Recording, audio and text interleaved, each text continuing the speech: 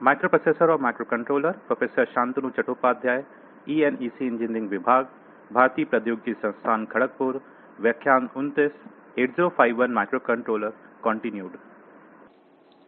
अगला हम गुणन निर्देश पर विचार करते हैं। अब दो 8 बिट संख्याओं को गुणा करने के लिए, इसलिए अधिकतम उत्पादन का आकार 16 बिट संख्या है। इसलिए उदाहरण के लिए इस FF को FF द्वारा गुणा किया गया है, यह FE01 का उत्पादन करेगा जो कि सिर्फ 65025 है। 255 द्वारा 255 गुणा यहाँ निर्देश है कि हमारे पास MUL AB है और यह पूरा निर्देश आपके द्वारा देखा गया ऑपकोड है।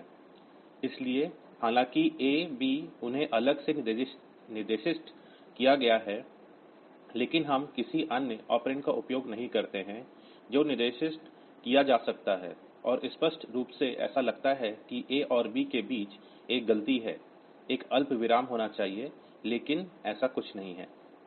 तो पूरा निर्देश MUL ब्लैंक A B है और गुणन के लिए इस A और B रजिस्टर में दो संख्याओं का गुणन होना चाहिए, और इसके परिणामस्वरूप इस B रजिस्टर में उच्च ऑर्डर बाइट होगा और इस A रजिस्टर में निचले क्रम की बाइट मिलेगी।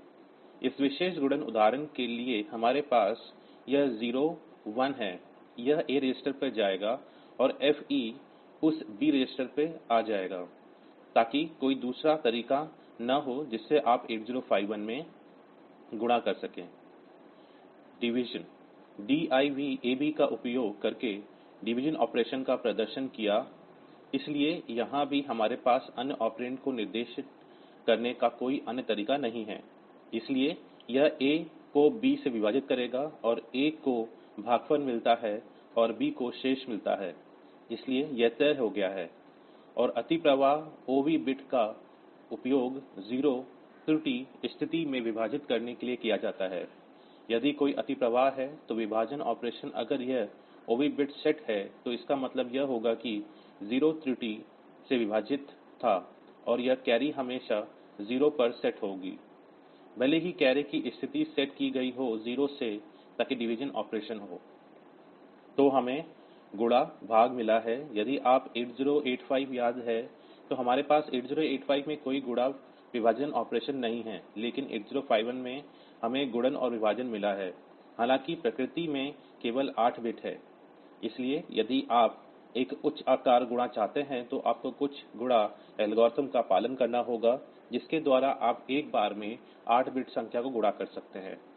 तो प्रत्येक 8 बिट संख्या को एक अंक के रूप में माना जा सकता है। तदनुसार आप एक गुणन और विभाजन एल्गोरिथ्म को तैयार करने का प्रयास कर सकते हैं। एक अन्य निर्देश है कि हम 8085 से परिचित हैं, DA एक डेसिमल एडजस्ट अक्सुमुलेटर है। तो यहाँ भी हमारे पास वह संस्करण है, लेकिन 8085 के मामले में आपको याद है कि DAA यह पूरी बात एक ही शब्द था। इस 8051 में हमें एक शब्द के रूप में DA मिला है और एक शब्द के रूप में A, लेकिन फिर से आपके पास A को छोड़कर कोई अन्य ऑपरेंड नहीं हो सकता है। तो ये ऑपरेंड तय हो गए हैं, इसलिए यह ऑपरेंड ठीक किया जा रहा है, इसलिए आप इसे संशोधित नहीं कर सकते। तो जो आवश्यक है वह यह है कि हमें गुणा करना चाहिए, हमें इसे जोड़ना चाहिए और फिर शायद हम इस समायोजन को कर सकते हैं। उदाहरण के लिए इस मामले में हम 23 नंबर को A रजिस्टर 29H से B रजिस्टर में स्थानांतरित कर रहे हैं, और यह मानते हुए कि हम उन्हें दशमलव संख्या के रूप में मान रहे हैं। तो अगर यह A और B का जोड़ है तो हेक्साडेसिमल के मामले में मान 4CH है।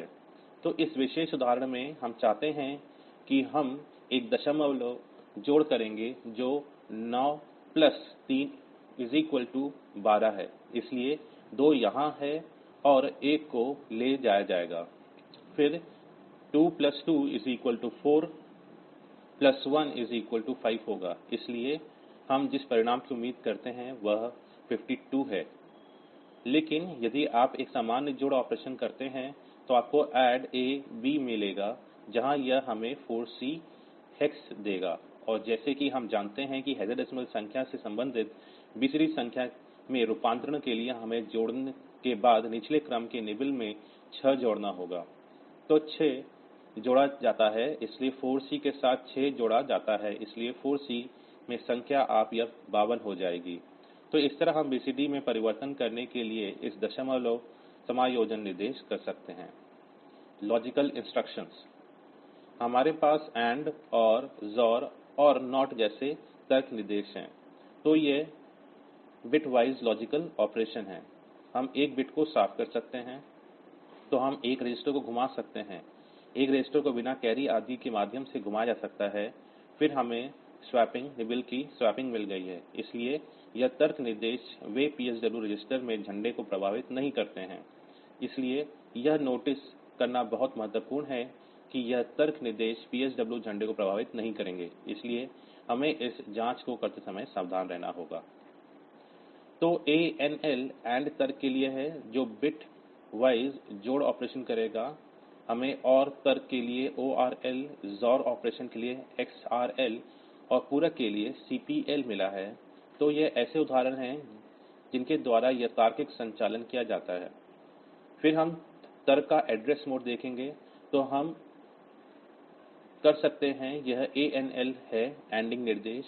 तो आप A बाइट को निर्दिष्ट कर सकते हैं जहां ऑपरेंड में से एक को A रजिस्टर होना चाहिए, संचयक और बाइट के साथ प्रत्यक्ष हो सकता है।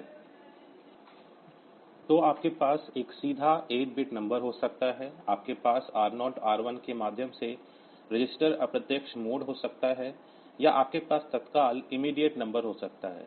आप ANL A52h कह सकते हैं। A52h के साथ ANDed होगा, इसलिए यह तत्काल मोड है। तो आपके पास यह सीधा डायरेक्ट मोड हो सकता है, जैसे आप कह सकते हैं कि ANL A52h।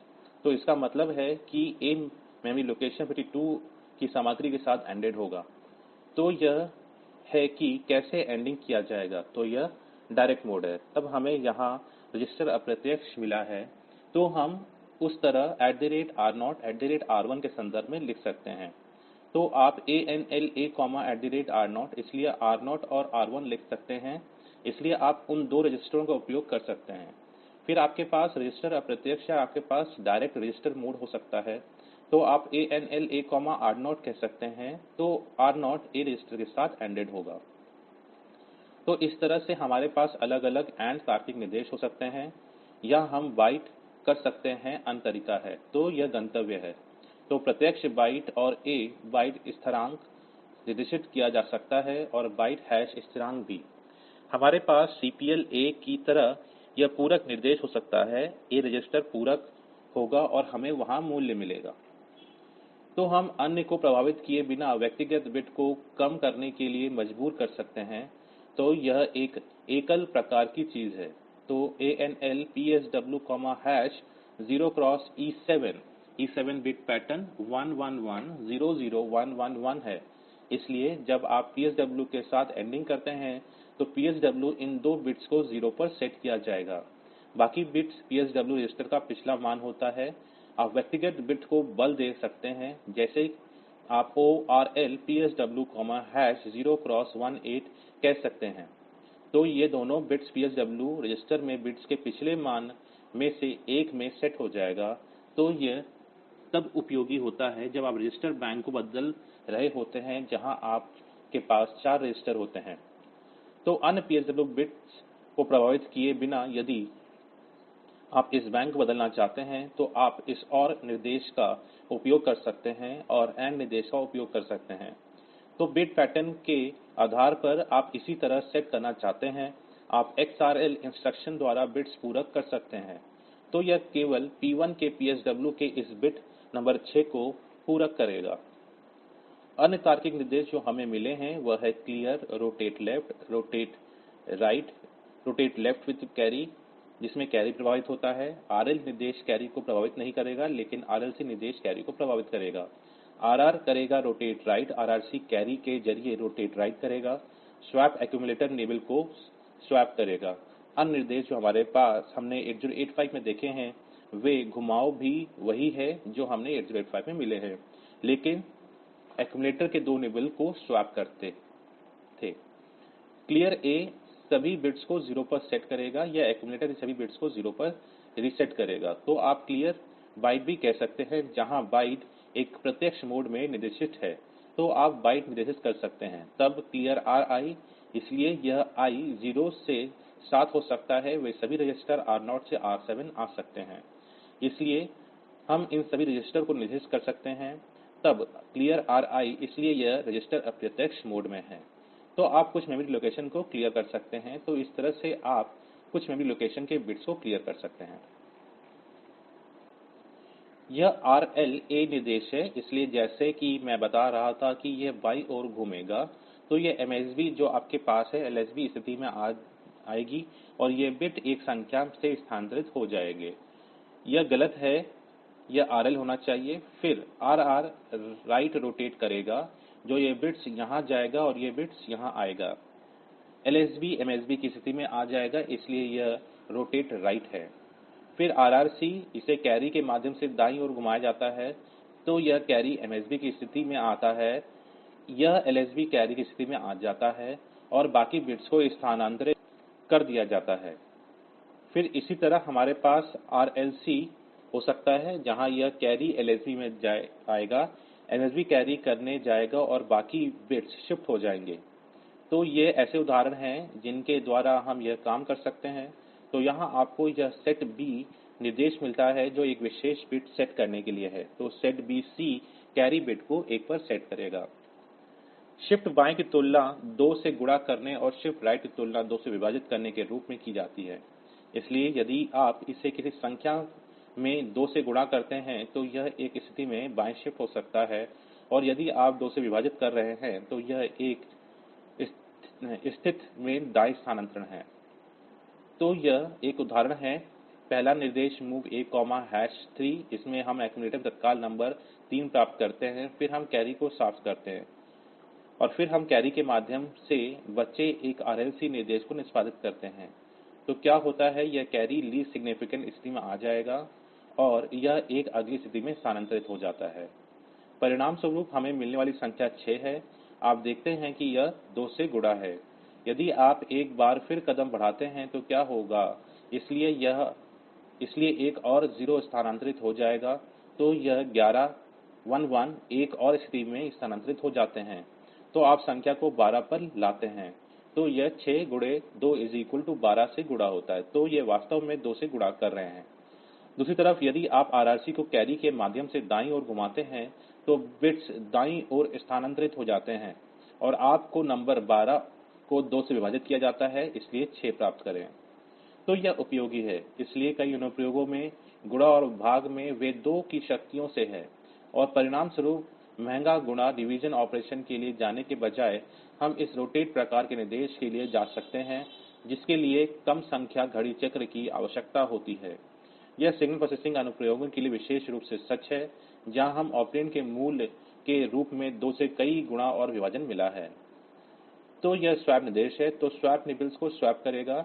यह उच्चतर ऑर्डर देने योग्य है और निचला ऑर्डर किया हुआ निबल है। जैसे अगर आप MOV A72 हेक्स, तो इन 4 बिट में 7 होते हैं, इन 4 बिट में 2 होते हैं। इसलिए यदि आप एक स्वैप निर्देश निष्पादित करते हैं, लिहाजा उनका आदान-प्रदान होगा, तो एक ही सामग्री 27 हो जाएगी, इसलिए उन्हें स्थानांतरित कर दिया जाता है जैसे उन्हें स्वैप किया जाता है। कुछ कुछ bit logical operation, bit level logical operation भी हैं, जैसे आप बाइट के बजाय व्यक्तिगत बिट्स को निर्दिष्ट कर सकते हैं। तो आप ANL C बिट जैसी व्यक्तिगत बिट को भी निर्दिष्ट कर सकते हैं। तो यह कुछ बिट के साथ AND तार्किक कैरी है। इसी तरह OR तार्किक कैरी के साथ कुछ bit clear carry, clear bit, complement carry, complement bit. इसलिए ये logic bit level logic operation के लिए बिट लेवल ऑपरेशन हैं। तो आप बिट एड्रेस करने योग्य रैम स्थान या विशेष फ़ंक्शन रजिस्टर या SFR के कुछ स्थान में से कोई भी हो सकता है। इस तरह हम इस बिट स्तर के संचालन कर सकते हैं और इस बाइट स्तर के संचालन के समान यहां हम बिट स्तर की चीजें कर सकते हैं। अगला हम सशर्त कूद कंडीशनल जंप अनुदेश, बिना शर्त कूद अनकंडीशनल जंप अनुदेश और कॉल और वापसी रिटर्न निर्देश देखते हैं।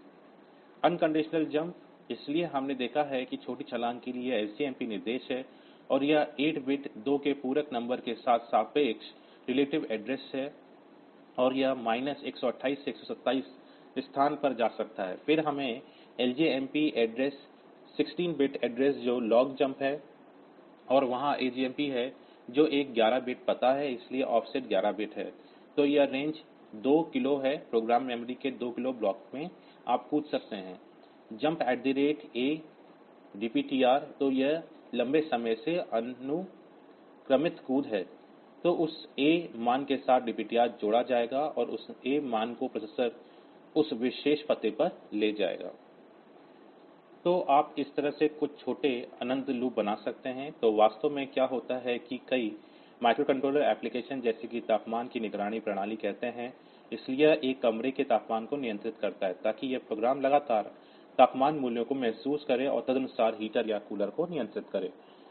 तो उस तरह से वह कार्यक्रम कभी समाप्त नहीं होता है ताकि लगातार तापमान मूल्यों में दिखता है और नियंत्रण करता है ताकि कार्यक्रम समाप्त न हो। इसलिए यदि आप इस प्रकार के कार्यक्रम को देखते हैं तो आप देखेंगे कि अंत में कार्यक्रम कुछ अनंत लूप में वापस आ जाता है और इस तरह से यह जारी रहता है। तो यह विशिष्ट उदाहरण इस तरह हो सकता है MOVC P37, इसलिए यह पोर्ट 37 बिट कैरी फ्लैग पर आ जाता है और फिर कैरी फ्लैग को P16 पर ले जाया जाता है। इसलिए परिणामस्वरूप यह पोर्ट 3 बिट संख्या 7 को पोर्ट 1 बिट नंबर 6 में ले जाया जाता है और फिर सजमप शुरू होता है। तो यह वास्तव में लगातार इस बिट की सामग्री को इस P16 पर कॉपी करता है। तो इस तरह से हमारे पास अनंत लूप हो सकते हैं।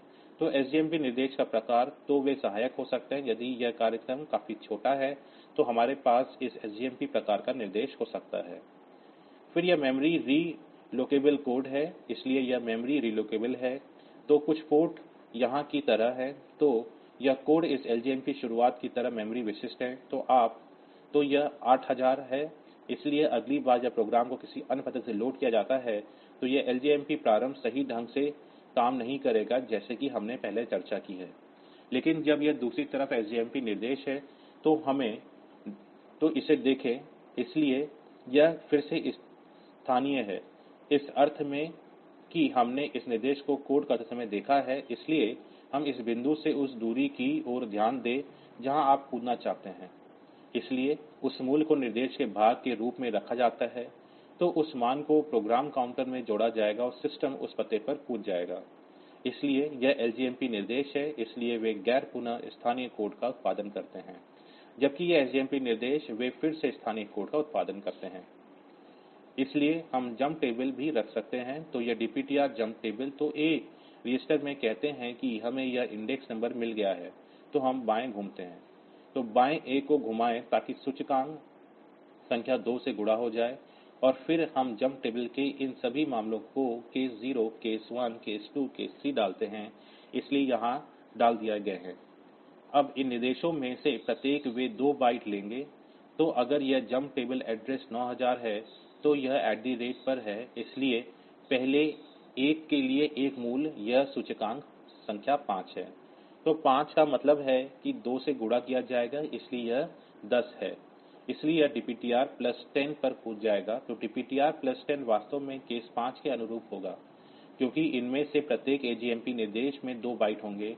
तो यह अगला 2 बाइट नंबर 10 पर होगा जो ऑफसेट जंप टेबल से शुरू होगा। हमारे पास आपके द्वारा कार्यान्वित इस प्रकार के जंप टेबल हो सकते हैं। जब आप इस प्रकार के कोड लुकअप तालिकाओं को लागू कर रहे हैं तो यह जंप से DPTR निर्देश उपयोगी है।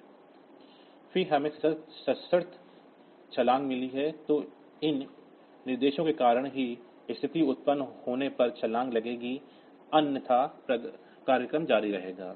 जैसे यहाँ MOV A P1 और JZ लूप कहते हैं, तो यह लगातार 0 पर कूद जाएगा। इसलिए यदि कोई ध्वज 0 सेट नहीं किया गया है तो यह इस लूप निर्देश पर वापस आ जाएगा और फिर यह रजिस्टर A सामग्री को B रजिस्टर में ले जाएगा। तो वास्तव में कोई 0 झंडा नहीं है और यदि आप इस PSW रजिस्टर को देखते हैं तो हमारे पास कोई स्पष्ट 0 ध्वज नहीं है। तो यह कैसे जांचता है? तो यह A रजिस्टर की सामग्री की जांच करता है कि क्या यह निर्देश निष्पादित करने के समय 0 है या नहीं। तो इस तरह से हम कुछ मायने में अच्छा है क्योंकि यह एक ही ऑपरेशन पर निर्भर नहीं करता है। इसलिए जब भी अक्सुमुलेटर सामग्री 0 होती है, इसलिए यदि आप इस JZ निर्देश को निष्पादित करते हैं तो यह पाएंगे कि अक्सुमुलेटर 0 है। इसलिए इस मामले में यह प्रलेखित है कि यदि A बराबर 0 लूप पर जाता है, इसलिए हमने कभी यह नहीं कहा है कि यदि शून्य ध्वज 0 पर सेट है या लूप पर जाकर लूप पॉइंट पर जाता है, लेकिन अन्यथा हमें PSW रजिस्टर के कुछ विशेष बिट मिला है, लेकिन 0 ध्वज के लिए हमारे पास कोई ऐसा PSW बिट नहीं है। तो ये कूद के विभिन्न निर्देश हैं जो JZ रिलेटिव एड्रेस कूद, तो वे सभी रिलेटिव हैं। तो एक दिलचस्प बात यह है कि आप कंडीशनल जंप के साथ ध्यान दें कि इन सभी कंडीशनल जंप रिलेटिव जंप कर रहे हैं, लेकिन वे ऑफसेट कर सकते हैं। 256 माइनस 128 से 127 से अधिक नहीं जा सकता है, यह हमेशा उस सीमा में होना चाहिए। तो यह JZ, JNZ, JC, JNC, इसलिए वे सभी अलग अलग सशर्त कूद निर्देश हैं और वे सभी रिलेटिव जंप निर्देश हैं। तो क्या होगा अगर आपको 256 बाइट से परे कूदने की आवश्यकता है? तो उस स्थिति में आपके पास एक छोटी सशर्त छलांग होनी चाहिए और उसके बाद एक बिना सशर्त कूदना चाहिए। तो मेरा मतलब यह है कि आप एक JZ निर्देश डाल सकते हैं जैसे कि JZ L1 और उस L1 में आप एक और कूदने का निर्देश दें। इसलिए यदि आप वास्तव में लंबी छलांग लगानी है तो आप एक लजमप को L2 कह सकते हैं जहां L2 कार्यक्रम में बहुत दूर है, तो यह यहाँ कहीं होगा। तो हम एक छोटी सशर्त छलांग के द्वारा क्या करते हैं, हम इस बिंदु पर आते हैं और L1 और उस L1 से हम एक लंबी छलांग लगाते हैं और L2 पर आते हैं। इसलिए एक तरीका हो सकता है क्योंकि हमारे पास यह बिना सशर्त कूद नहीं है, क्योंकि यह सशर्त कूद लंबी कूद हो सकती है, वे सभी रिलेटिव जंप हैं और बहुत कम कूदते हैं। फिर एक CJNE निर्देश है। यह इस अर्थ में एक बहुत ही जटिल निर्देश है कि यह मेमोरी स्थान के साथ A रजिस्टर की सामग्री की तुलना करता है। आप कह सकते हैं CJNE A52 हेक्स कुछ ऐसा है जहां एक रजिस्टर की सामग्री की तुलना मेमोरी लोकेशन 52 से की जाएगी। यदि वे समान नहीं हैं तो A और 52 स्थान समान नहीं हैं तो सिस्टम कूद जाएगा सापेक्ष पता, अन्यथा यह नहीं होगा। तो यह एक बहुत ही जटिल निर्देश है, लेकिन यह कई बार उपयोगी होता है, जैसे कि एक ही निर्देश में हम तुलना कर सकते हैं और कूद भी सकते हैं। यह मूल रूप से 0 पर कूद रहा है और यह स्थिति जांच रही है, इसलिए दोनों को एक ही निर्देश में एक साथ लिया गया है। फिर हमारे पास यह कंडीशनल जंप का उदाहरण है, जैसे अगर A 0 तो 0 को LED भेजें यानी LED बंद है, और अगर स्थिति असत्य है तो 1 को LED भेजें यानी LED चालू है। तो हम क्या करते हैं, अगर A के बराबर 0 तो JZ LED ऑफ, तो यह 0 से LED पर कूद जाता है, LED ऑफ, LED बंद हो जाएगा। तो यह इस पोर्ट P16 को यह मानते हुए साफ कर देगा कि LED एक बिट नंबर 6 से जुड़ा है, फिर इसे छोड़ना सजमप होगा, तो अन्यथा यह इस बिंदु पर आ जाएगा, यह इसे साफ कर देगा, 0 पर कूदने के लिए नेतृत्व करेगा। इसलिए यदि यह 0 नहीं है तो यह एलईडी को चालू करेगा, इसलिए यह है कि एल्स भाग का दूसरा भाग यहाँ कोडित है। इसलिए SETB P16, इसलिए एलईडी चालू है तो यह सजमप स्किप, तो यह इस बिंदु पर आ जाएगा, अन्यथा यह इस बिंदु पर आ रहा है, यह इस P16 को साफ कर देगा और फिर यह निर्देश बेमानी है कि शायद यह A से पोर्ट 0 को पढ़ रहा है, यह पोर्ट 0 को A रजिस्टर में पढ़ रहा है ऐसा कुछ, लेकिन यह विशेष रूप से इस कोड के विवरण के साथ कोई भी पत्राचार नहीं कर रहा है। यह केवल एक उदाहरण है। अधिक सशर्त कूदने के निर्देश हमारे पास CJNE का डेटा सापेक्ष पता हो सकता है जिसमें हमने देखा है, फिर CJNE Rn, इसलिए हम कुछ डेटा के साथ इस रजिस्टर की तुलना कर सकते हैं और फिर सापेक्ष पता पर जा सकते हैं। फिर हमें R0 और R1 जैसे CJNE मेमोरी एड्रेस मिल गए हैं, उन्हें Rn डेटा सापेक्ष पता निर्दिष्ट किया जा सकता है। फिर DJNZ Rn को घटाएगा और फिर शून्य नहीं होने पर कूद जाएगा।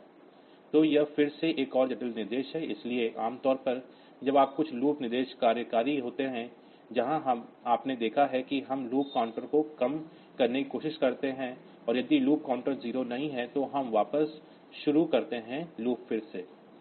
इसलिए आमतौर पर हमें 2 इंस्ट्रक्शन का इस्तेमाल करना पड़ता है और एक और डिक्रिमेंट के और दूसरा जंप इंस्ट्रक्शन के लिए। तो यह DJNZ एक एकल निर्देश है जिसके द्वारा आप रजिस्टर मूल्य को घटा सकते हैं और फिर यदि रजिस्टर मूल्य 0 नहीं बनता है तो आप सापेक्ष पता पर वापस आ सकते हैं। और फिर हमें यह DJNZ डायरेक्ट एड्रेस है और फिर यह रिलेटिव एड्रेस मिला है। तो यहाँ भी यही बात है, यह मेमोरी लोकेशन कंटेंट को घटाएगा और फिर अगर कंटेंट नॉन ज़ीरो है तो यह रिलेटिव एड्रेस पर जंप कर जाएगा। तो यह एक इटरेटिव लूप है जैसे A 0 से 4 के बराबर। इसलिए हम यहाँ कुछ निष्पादित कर रहे हैं, इसलिए यह लूप जब से 8051 की तरह मशीन में एक कार्यक्रम में परिवर्तन किया जाता है तो यह कुछ इस तरह दिखाई देगा। सबसे पहले A को 0 पर सेट किया जाना है, इसलिए यह स्पष्ट A फिर यह लूप बॉडी है। तो लूप बॉडी को निष्पादित किया जाता है, तब I मान 1 से बढ़ा हुआ है और हम तुलना करते हैं क्या यह 1 4 के बराबर हो गया है या नहीं। इसलिए यदि A 4 के बराबर नहीं है तो हम इस लूप में वापस जाते हैं। तो इस तरह से यह इस लूप के व्यवहार की नकल करता है। बेशक आप कह सकते हैं कि यह विशेष रूप से CJNE इत्यादि की जांच करें, इसलिए इसे पहले किया जाना चाहिए क्योंकि अन्यथा सामान्य रूप से इस समूह को 0 से प्रारंभ करने के बाद यह स्थिति की जांच करवाता है, लेकिन इस मामले में यह आवश्यक नहीं है क्योंकि यह मान लेना है कि A नहीं है तुरंत संशोधित।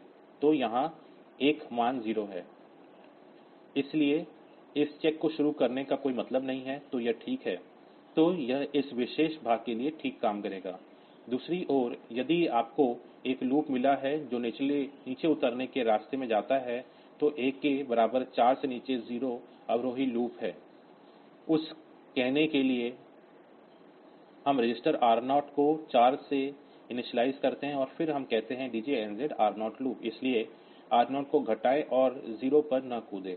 आप इसे इस तरह से कर सकते हैं। तो हमें इस तरह से पुनरावृत्त लूप मिल गया है। तब हमारे पास कॉल और रिटर्न निर्देश हो सकते हैं।